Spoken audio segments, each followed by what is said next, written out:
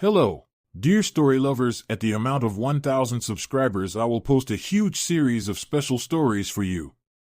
Subscribe now. The deep-sea probe, Argo, glided silently through the twilight zone of Aquarian's vast ocean, its floodlights piercing the inky blackness. Dr. Lena Kim leaned closer to the holographic display, her brow furrowed with concentration. The images transmitted back to the exploration vessel, Oceanus, revealed a surreal underwater landscape littered with strange, towering coral-like structures.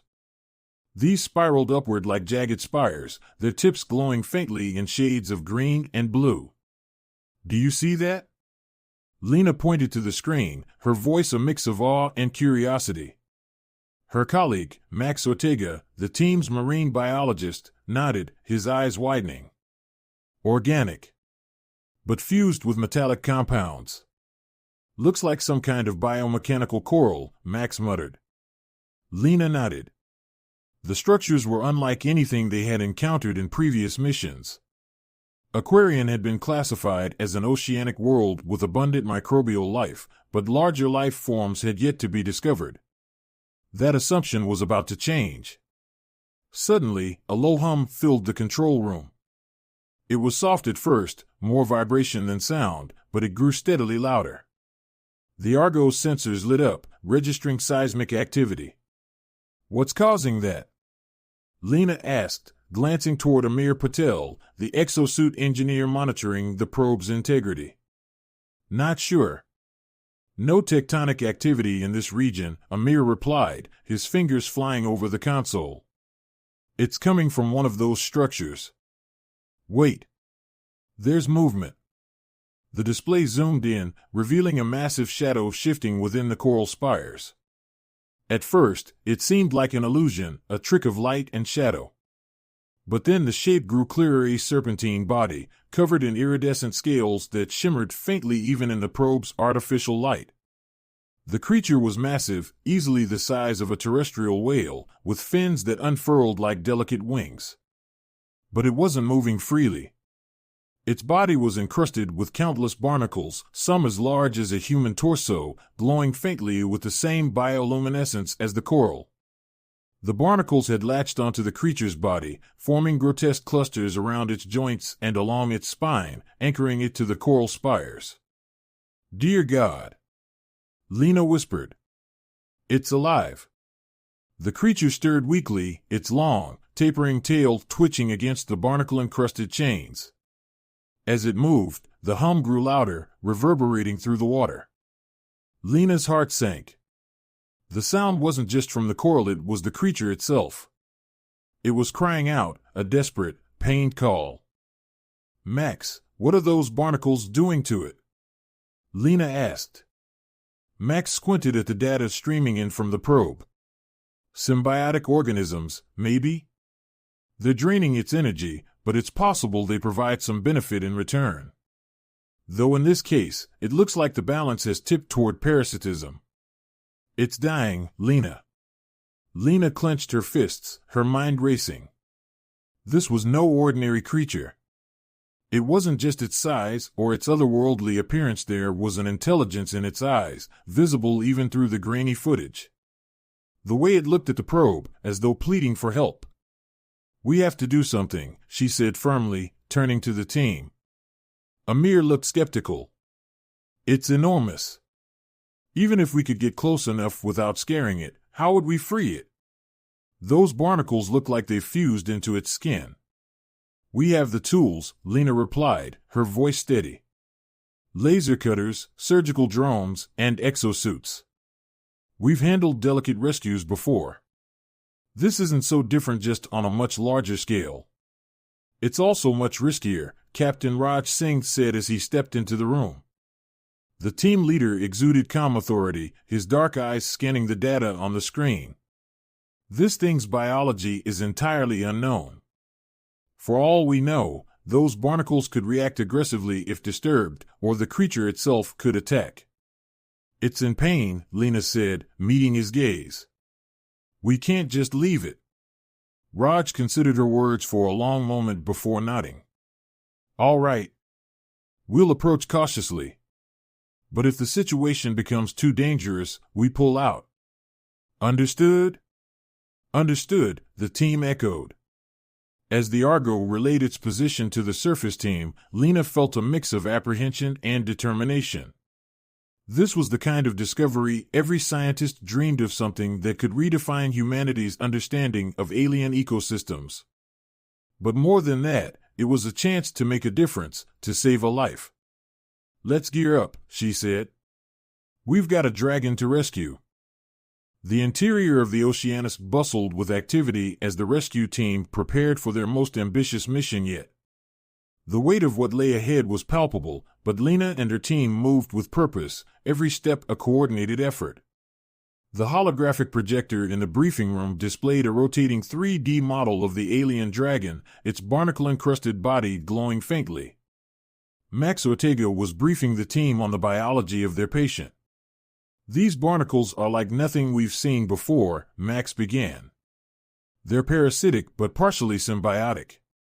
They drain the creature's nutrients and blood but also seem to act as a life support system of sorts. If we remove them too quickly or in the wrong sequence, we could destabilize the dragon's vital functions." Captain Raj Singh crossed his arms, his expression serious. "What about the toxins the barnacles release? How are we dealing with that?" "We're modifying our exosuits to handle it," Amir Patel said, his hands moving deftly over a disassembled suit module on the workbench. "I'm installing advanced filtration units to neutralize the toxins in real time. It'll also protect us from any unknown pathogens." Raj nodded, satisfied. "Good. What's the extraction plan?" Lena stepped forward, pointing to sections of the hologram. "We'll start with the peripheral barnacles along the fins and tail. These seem less integrated into the dragon's body, so they're lower risk. Once those are removed, we'll work toward the larger clusters on the torso and neck. Each barnacle will be carefully cut away using the surgical drones, while a team monitors the dragon's vitals from the Oceanus." Raj frowned slightly. "What if it panics? We're dealing with a creature the size of a skyscraper. One wrong move, and we're crushed." "That's where Julia comes in," Lena said, nodding toward Julia Hayes, the team's communications specialist. Julia stepped forward, holding a small handheld device. "I've been analyzing the dragon's bioluminescent patterns and the hum it emits. It seems to communicate using a combination of light and sound. I think we can mimic its signals to keep it calm." "And you're sure it'll work?" Raj asked. Julia shrugged. "As sure as we can be with an alien life form. But it responded to the Argo's lights before, so there's a good chance it'll work again." Raj exhaled slowly. "All right. We move in 2 hours. Get your gear ready." The descent to the dragon's location was tense. The team was crammed into a submersible, their exosuits secured and ready. Outside, the ocean grew darker and colder as they approached the depths where the creature was trapped. The Argo led the way, its floodlights illuminating the path. As they reached the coral spires, the dragon's massive form came into view. It lay motionless, its scales shimmering faintly in response to the submersible's lights. The barnacles covering its body glowed like malignant stars, their bioluminescence pulsing rhythmically. "Still alive," Max whispered, relief evident in his voice. "Let's keep it that way," Raj said, his voice calm but firm. "Everyone, stick to the plan." The team exited the submersible, their exosuits making them look like futuristic divers. Each suit was equipped with thrusters, advanced tools, and communication systems. Lena led the way, her surgical drone hovering beside her. Julia stayed close, her handheld device emitting a soft sequence of lights designed to mirror the dragon's bioluminescent patterns. As they approached the dragon, the hum grew louder, a deep, resonant sound that vibrated through their suits. Julia adjusted the lights, and the hum softened slightly.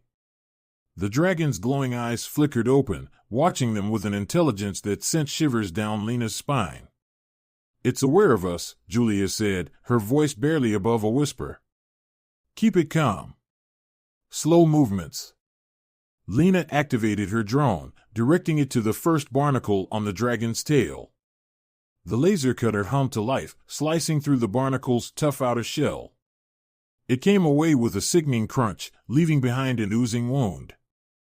Vitals are stable, Max reported from the Oceanus, where he monitored the dragon's biophysical data. But its stress levels are rising. Julia adjusted the lights again, flashing a soothing pattern. The dragon's hum softened, and it relaxed slightly. One down, Lena said, exhaling. Only a few thousand more to go. The hours stretched on as the team worked methodically, removing barnacle after barnacle. Each one presented its own challenge. Some were deeply embedded in the dragon's flesh, while others emitted bursts of toxic gas when disturbed. Amir's exosuit modifications proved invaluable, shielding the team from the toxins. But the process wasn't without incident. At one point, a particularly large barnacle resisted the laser cutter, causing the dragon to thrash its tail. The resulting shockwave sent Lena tumbling through the water, her suit alarms blaring. "I'm fine," she called out as Raj helped her stabilize. "Let's keep going." Despite the setbacks, the team made progress. As more barnacles were removed, the dragon began to move more freely, its bioluminescent glow growing stronger. It even emitted a low, melodic hum, as if expressing gratitude. By the end of the first day, they had cleared its tail and part of its fins. Exhausted but exhilarated, the team returned to the Oceanus to regroup and prepare for the next stage of the rescue. As Lena removed her helmet, she couldn't help but smile. They were far from finished, but for the first time, she felt a glimmer of hope. "This might just work," she said quietly, gazing out at the alien dragon through the viewport. The second day of the rescue mission began with renewed focus, but also an unspoken tension. Though they had made significant progress, the true test lay ahead. The barnacles along the dragon's torso and neck were larger, more integrated into its body, and posed far greater risks. The mounting difficulty, Lena and her team descended once more to the coral spires, where the dragon waited, its hum softer now, almost soothing. Its glowing eyes watched them as they approached, a sign of growing trust. The creature's bioluminescent scales, freed from many of the barnacles, now shimmered faintly in shifting hues of blue and green.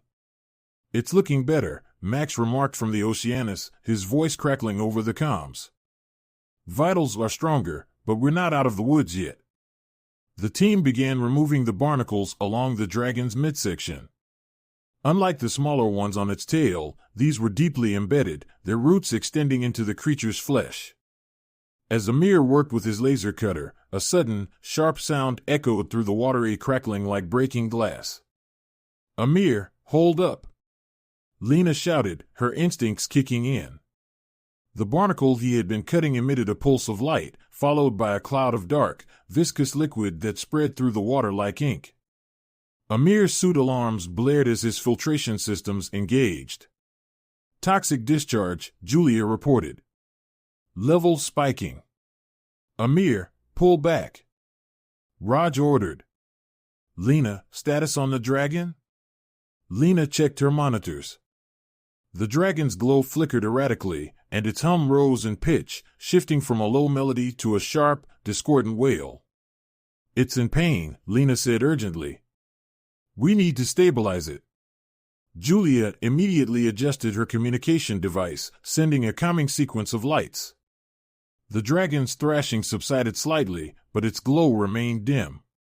"That toxin isn't just a defense mechanism," Max said from the Oceanus. "It's connected to the barnacle's symbiosis. The dragon's vitals are destabilizing because the barnacle was forcibly detached." Lena frowned, her mind racing. "So we need to change our approach. No more brute force. We have to sever the connections without triggering the toxin release." A new approach. The team regrouped, discussing the new challenge. Lena suggested using nanodrones to map the barnacle's internal structure and locate the connection points. These drones, equipped with microscopic tools, could sever the roots from the inside out, minimizing trauma to the dragon. Do we have enough drones for this? Amir asked skeptically as he patched up his suit. Barely, Lena admitted. We'll need to be precise and conserve their energy. No margin for error. The team deployed the first wave of nano-drones. The tiny machines buzzed toward the Barnacles, guided by Lena's console. Through their cameras, she could see the intricate, root-like structures inside each barnacle, some pulsing faintly with the dragon's own bioluminescent energy. It's like they're siphoning its life force, Lena murmured. Carefully, she directed a drone to sever the connections. The barnacle detached cleanly, drifting away without releasing any toxin. It worked. Julia exclaimed. One down. The dragon's distress. As the team continued their work, an unexpected complication arose. The dragon began to move more frequently, its long body undulating in slow, deliberate motions. At first, they thought it was simply regaining strength, but Lena noticed something troubling. It's not just moving, she said, watching the dragon's patterns closely. It's trying to tell us something. Julia quickly analyzed the light patterns. It's signaling. Danger? Danger from what? Raj asked, his voice tense. As if in answer, the water around them darkened. At first, it seemed like another discharge from the barnacles, but the darkness moved, swirling like a living shadow. The team's floodlights illuminated a swarm of creatures small, manta-ray-like aliens with translucent bodies and needle-like appendages. Hostiles! Amir shouted, raising his suit's defensive field. The swarm closed in, drawn by the disturbance. They darted toward the team, their appendages sparking with bursts of electrical energy. Back to the submersible, now! Raj commanded. A battle underwater. The team fought their way back, their exosuits' defensive fields repelling the swarm. Julia used her communication device to emit bursts of light, attempting to mimic the dragon's signals. Some of the creatures hesitated, confused by the display, but the rest pressed on. Amir and Lena reached the submersible first, followed by Raj. Julia was the last, struggling as one of the creatures latched onto her suit. Lena rushed to her aid, using her drone to sever the creature's grip. Together, they tumbled into the submersible as Raj sealed the hatch.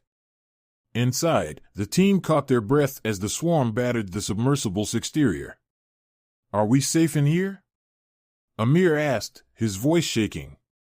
For now, Raj replied. But they're not leaving.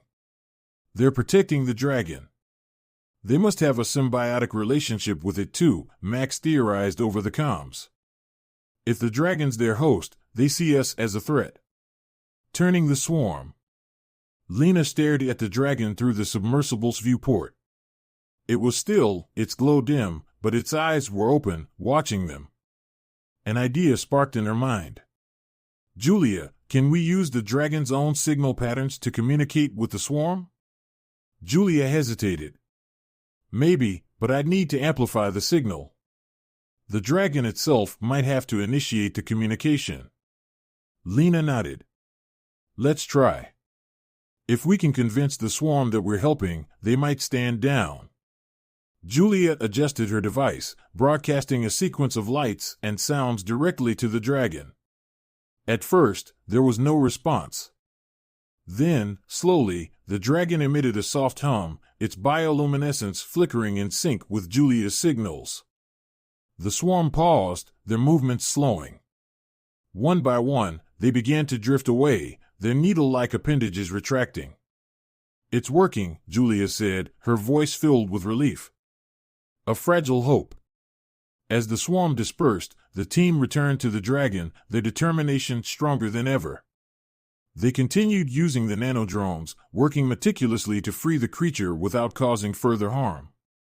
By the end of the day, they had cleared most of the barnacles from its torso.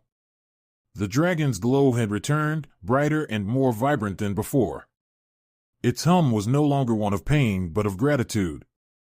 Exhausted but hopeful, the team returned to the Oceanus. They knew the hardest part still lay ahead of clusters around the dragon's neck and head, but for the first time, they believed they could succeed. "It trusts us now," Lena said, gazing out at the alien dragon through the viewport. "We just have to prove we deserve that trust." The final stage of the rescue was at hand, but it was also the most perilous. The barnacles clinging to the alien dragon's neck and head were larger than any the team had encountered before, their roots extending deep into the creature's vital systems. One misstep could cause irreparable harm or worse, end the dragon's life.